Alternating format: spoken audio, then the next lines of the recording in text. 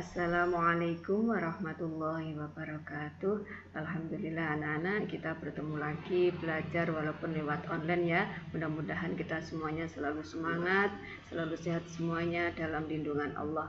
Oke, untuk pertemuan kita kali ini, untuk bab ini kita belajar tentang keteladanan Rasul Ulul Azmi dan keistimewaannya.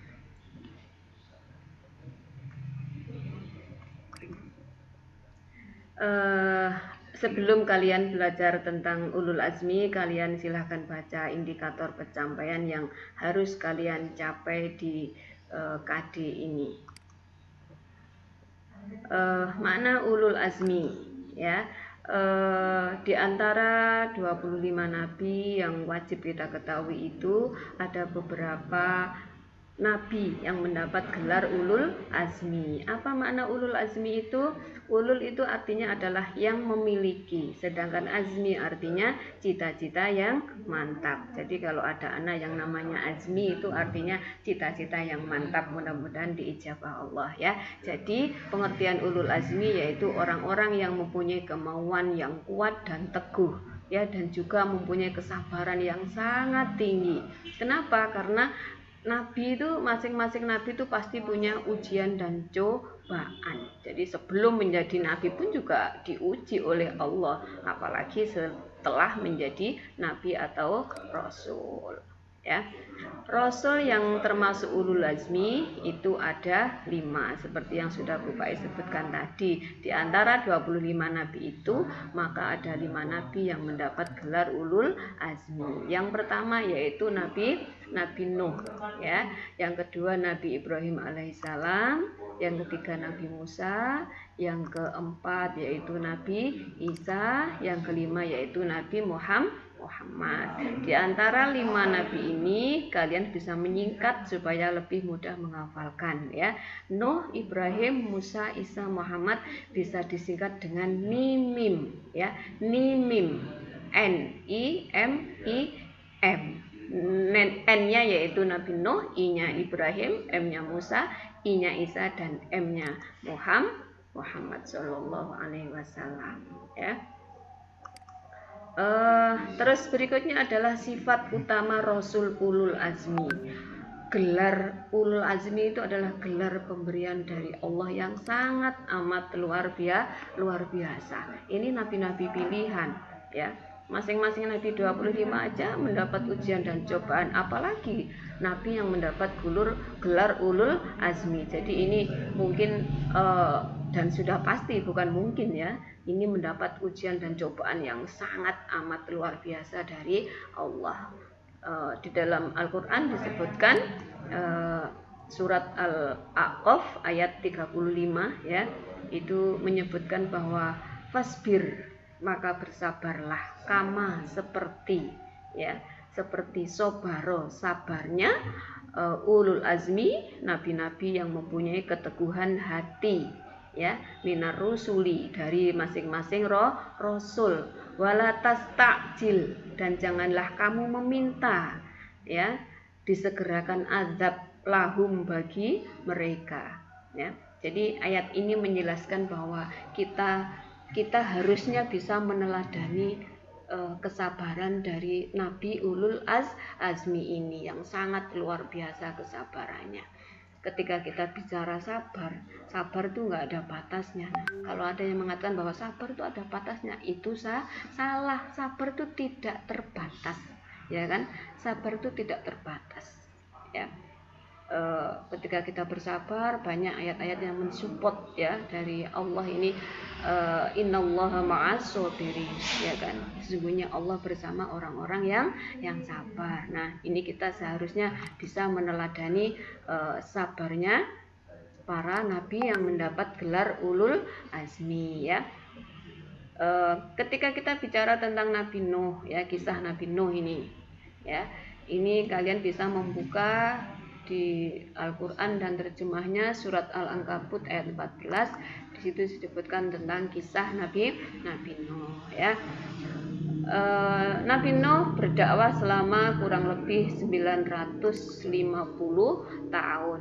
Tetapi selama itu Nabi berdakwah, selama itu Nabi berdakwah, yang beriman ya, yang beriman kepada Allah itu hanya sekitar kurang lebih 80 orang, ya kan? 950 tahun, Nak, ya.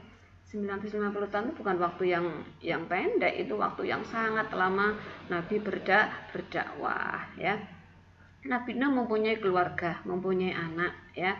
Anak Nabi Nuh itu ada 4, yaitu Syam, Yafis, Kan'an, dan Han. Di antara 4 anaknya ini ada satu yang tidak mau beriman kepada Allah, yaitu Kan'an, ya.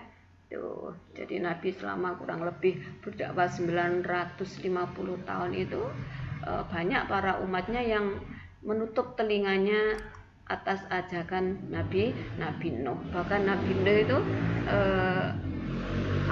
kisah Nabi Nuh diperintahkan oleh Allah untuk membuat perahu, padahal pada waktu itu adalah musimnya musim panas, ya.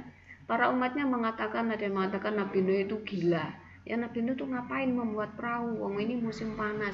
Tapi Nabi cuek saja, ya kan, Nabi cuek saja, ya. Nabi menjalankan perintah Allah, yaitu membuat perahu. Setelah perahunya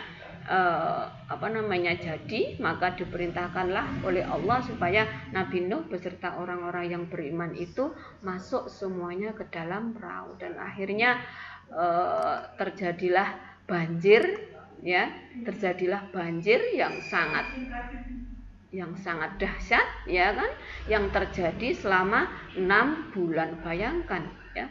Bayangkan banjir selama 6 bulan. Sekarang musim hujan aja hujan katakanlah 1-2 hari sudah bisa seperti itu banjirnya ketika Nabi Nuh, zamannya Nabi Nuh ini selama 6 bulan, ya. Sampai anaknya yang tidak mau beriman tadi, ketika diajak oleh Nabi Nuh naik perahu, nggak mau, ya kan, nggak mau, saya nggak mau naik perahu ayah, saya mau naik ke gunung sana, ya kan. Akhirnya ya tenggelam, ya kan. Nah, bahteranya Nabi Nuh ini akhirnya terdampar di Bukit Judi, ya. Oke, sekarang kita lanjutkan dengan kisah Nabi Ibrahim, ya. Singkat-singkat saja, ya. Ini untuk kisah para nabi ini.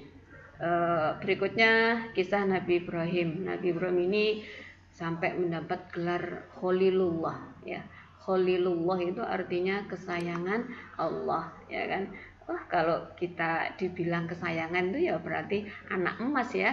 Kadang-kadang kita sesama saudara bertiga, berempat, ada salah satu anak yang paling disayang oleh ibu, itu senangnya minta ampun, apalagi disayang oleh Allah. Mau kan disayang oleh Allah? Mau, ya. Mudah-mudahan kita semuanya disayang oleh Allah. Nah, Nabi Ibrahim ini musuh terbesarnya adalah Raja Namrud, ya. Jadi ketika Raja Namrud yang berkuasa pada saat itu, itulah yang menjadi musuhnya Nabi Ibrahim. Kemudian setelah Nabi Ibrahim itu dewasa, dengan beraninya Nabi Ibrahim itu menghancurkan berhala-berhala Raja Namrud atau masyarakat pada saat itu, yang mana berhala-berhala itu atau patung yang memang buatan manusia itu sendiri menjadi sesembahan kaumnya, ya. Bahkan ayahnya sendiri adalah pembuat patung, yang pada akhir ceritanya Nabi Ibrahim ditangkap oleh Raja Namrud lalu dibakar dengan api yang sangat panas, tetapi Nabi Ibrahim diselamatkan oleh Allah, ya kan, diselamatkan oleh Allah. Jadi ini mukjizatnya Nabi Ibrahim, selamat dari api yang sangat panas, ya kan. Jadi ketika kayu bakarnya sudah habis, ya sudah, Nabi Ibrahim bangun dengan sehat, tidak ada luka sedikit pun, ya kan. Ini pertolongan Allah. Allah memerintahkan kepada api tadi, ya kan, qulna ya narukuni bardaw wa salaman ala Ibrahim, ya kan. Akhirnya api itu tunduk dan patuh kepada perintah Allah, tidak menjadi panas untuk tubuhnya Nabi Ibrahim, ya. Itu Itu kisah singkat tentang Nabi Ibrahim. Berikutnya adalah setelah itu Nabi Ibrahim pindah ke negeri Palestina. Di sana beliau menikah dengan Siti Saroh dan Siti Hajar, ya kan? Dengan ketaatan Nabi Ibrahim kepada Allah Subhanahu wa taala, beliau beberapa kali pulang pergi antara kota Palestina dan Makkah, ya, atau Bakkah, ya. Pada zaman dahulu Makkah itu disebut dengan Bakkah. Bayangkan antara Makkah dan Palestina itu jaraknya sangat amat jauh sekali. Ada yang tahu jaraknya berapa mil, berapa kilo, ya? Ini perjalanan Nabi bisa 1 bulan untuk pergi dan 1 bulan untuk pulang, ya. Ini ketika beliau mendapat gelar Nabi, ya, menjadi Nabi, maka perintah yang pertama dari Allah adalah membawa Siti Hajar dengan bayinya Ismail yang masih sangat kecil ke suatu tempat, ya, ke suatu tempat yang di situ tidak ada pohon, tidak ada air, tanahnya sangat tandus dan sangat gersang. Ini, dan Nabi Ibrahim wajib tinggal di situ. Ya opo, tinggal di sebuah tempat yang tidak ada penduduk sama sekali, nggak ada air, nggak ada pepohonan apapun. Bayangkan kalau kita diuji Allah dengan seperti itu. Kalian bisa melanjutkan cerita ini, membaca buku sendiri atau browsing, ya, bagaimana kisah itu akhirnya menjadi sebuah ibadah ketika haji, ya kan? Itu, ya. Perintah yang kedua adalah menyembelih putra kesayangannya Ismail. Bayangkan setelah sekian lama Nabi tidak punya anak, ya, ketika anaknya sudah besar, wis ketok ganteng nih, wis kelihatan, ya kan? Maka diperintah oleh Allah untuk menyembelih, ya kan? Ini sangat berat bagi Nabi Ibrahim, tapi karena Ibrahim tahu ini perintah Allah, Allah tidak akan menyusahkan hambanya, maka Ibrahim dengan sangat taatnya mentaati perintah itu. Perintah yang ketiga yaitu membangun Baitullah atau membangun Ka'bah, ya. Anak-anakku, demikian tadi kisah tentang ulul azmi. Bu Faiz tidak menyebutkan 5 kisah Nabi, nggih. Saya hanya menyebutkan yang itu. Maka untuk kisah Nabi yang berikutnya, yaitu Nabi Isa, Nabi Musa, dan Nabi Muhammad, silahkan kalian tulis kisah tersebut di buku tugas akidah. Setelah itu nanti diupload di e-learning, ya. Kalau ada tanya jawab, nanti kita bisa tanya jawab di grup kelas, ya. Demikian penjelasan dari Bu Faiz. Bu Faiz sebagai manusia biasa, mohon maaf jika ada kurang, ya kan. Saya akhiri. Mudah-mudahan kalian paham dengan materi ini. Saya akhiri. Wassalamualaikum warahmatullahi wabarakatuh.